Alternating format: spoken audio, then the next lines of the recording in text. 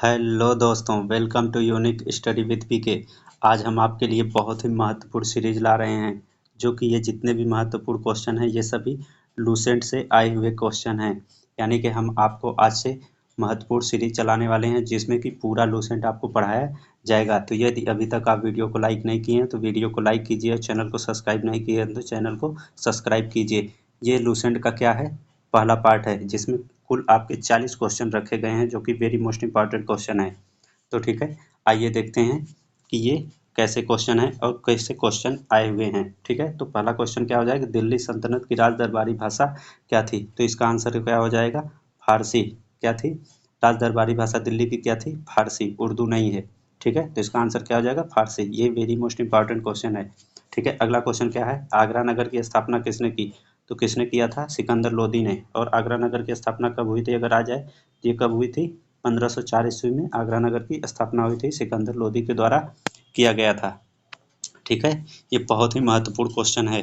तो ये quick revision series चल रही है लूसेंट से। आपको पता है कि बहुत सारे क्वेश्चन आते हैं सभी एग्जाम में, तो इसको हम आपको आज से पढ़ा रहे हैं। ठीक है, ये इसका पहला पार्ट है। अगला क्वेश्चन है, रजिया सुल्तान किसकी बेटी थी? Very most important question. किसकी बेटी थी? तो ये क्या हो जाएगा, इल्तुतमिश की। किसकी बेटी थी? इल्तुतमिश। ठीक है, और ये इल्तुतमिश किस वंश के राजा थे? किसके हो जाएंगे? गुलाम वंश के। ठीक है, आपको पता ही है, गुलाम वंश। ठीक है, वेरी मोस्ट इंपॉर्टेंट है क्वेश्चन। किससे संबंधित है? गुलाम वंश से। ठीक है, अगला क्वेश्चन है, भारत में प्रथम रेल लाइन कब बिछाई गई थी? डलहौजी के द्वारा।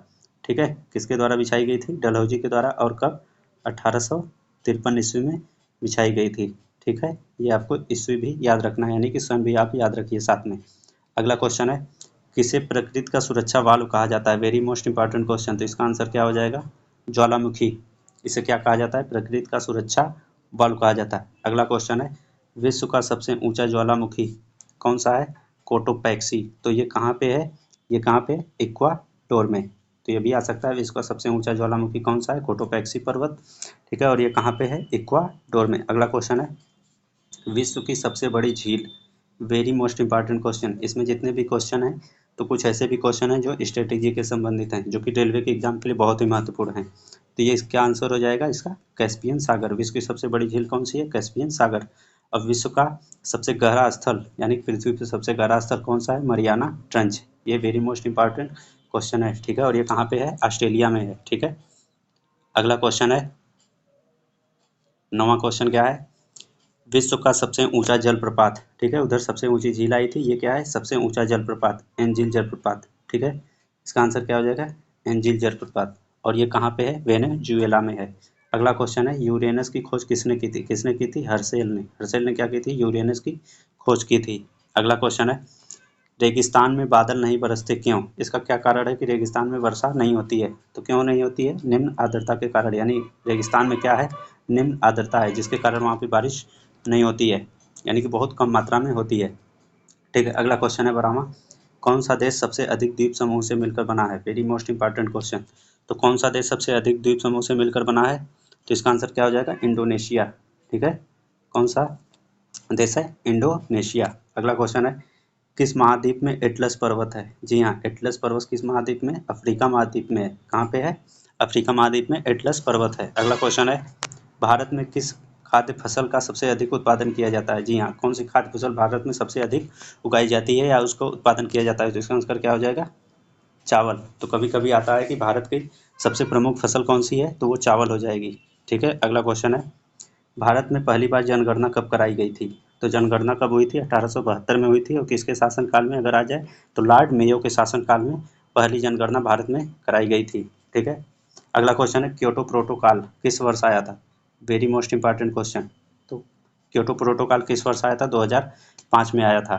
ठीक है, अगला क्वेश्चन है, कार्ल मार्क्स किस देश से रहने वाले थे, यानी किस देश से संबंधित थे? ये जर्मनी के रहने वाले थे। कार्ल मार्क्स कहाँ के थे? जर्मनी के थे। अगला क्वेश्चन है, भारत का सबसे पुराना यूरोपीय चर्च कहाँ पे है? कोचीन। ठीक है, ये कहाँ पे है? कोचीन में है। ठीक है, ये सभी जितने भी क्वेश्चन हैं बहुत ही इंपॉर्टेंट क्वेश्चन है। यदि अभी तक आप वीडियो को लाइक नहीं किए तो लाइक कीजिए, और चैनल को सब्सक्राइब नहीं किए हैं तो चैनल को सब्सक्राइब कीजिए। आइए देखते हैं अगला क्वेश्चन क्या है, इंडिया गेट का डिजाइन किसने किया था? Very most important question. ठीक है। तो इंडिया गेट का डिजाइन किसने किया था? एडवर्ड लुटियन के द्वारा क्या किया गया था? इंडिया गेट का डिजाइन किया गया था।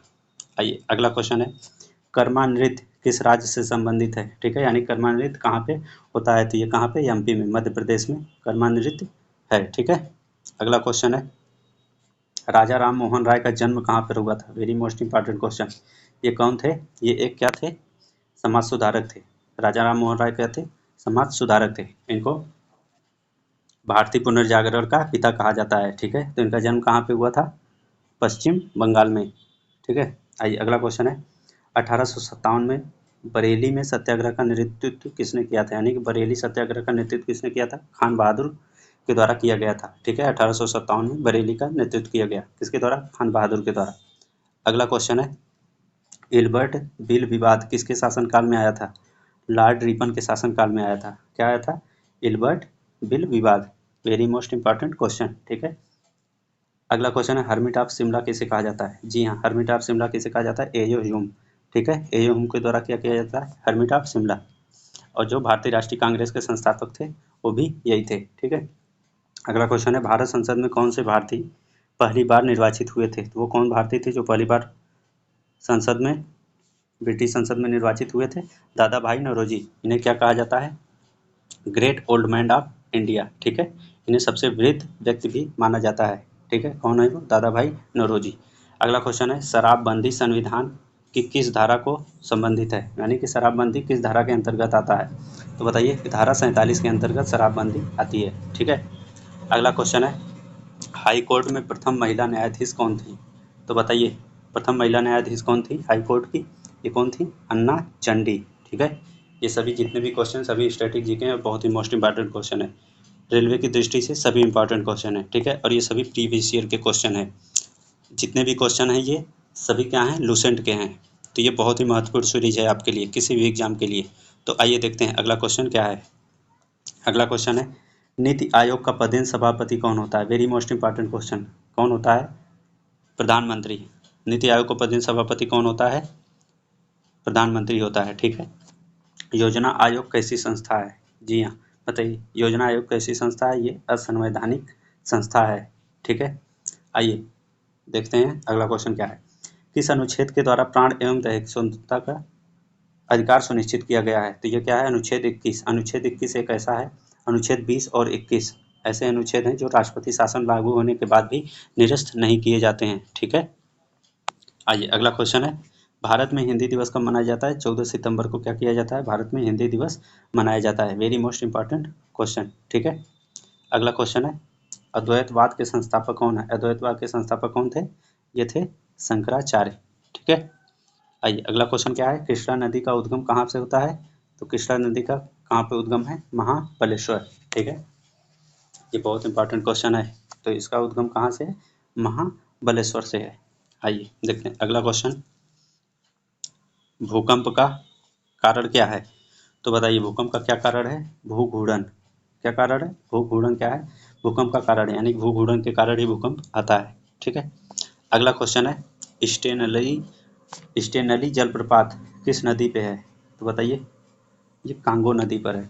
ठीक है। कांगो नदी पे क्या है? स्टेनली जलप्रपात है। अगला क्वेश्चन है, टिहरी जल विद्युत परियोजना किस राज्य में है? Very most important question. किस राज्य में है टिहरी जल विद्युत परियोजना? उत्तराखंड में। और ये किस नदी पर है? भागीरथी नदी पर। किस है?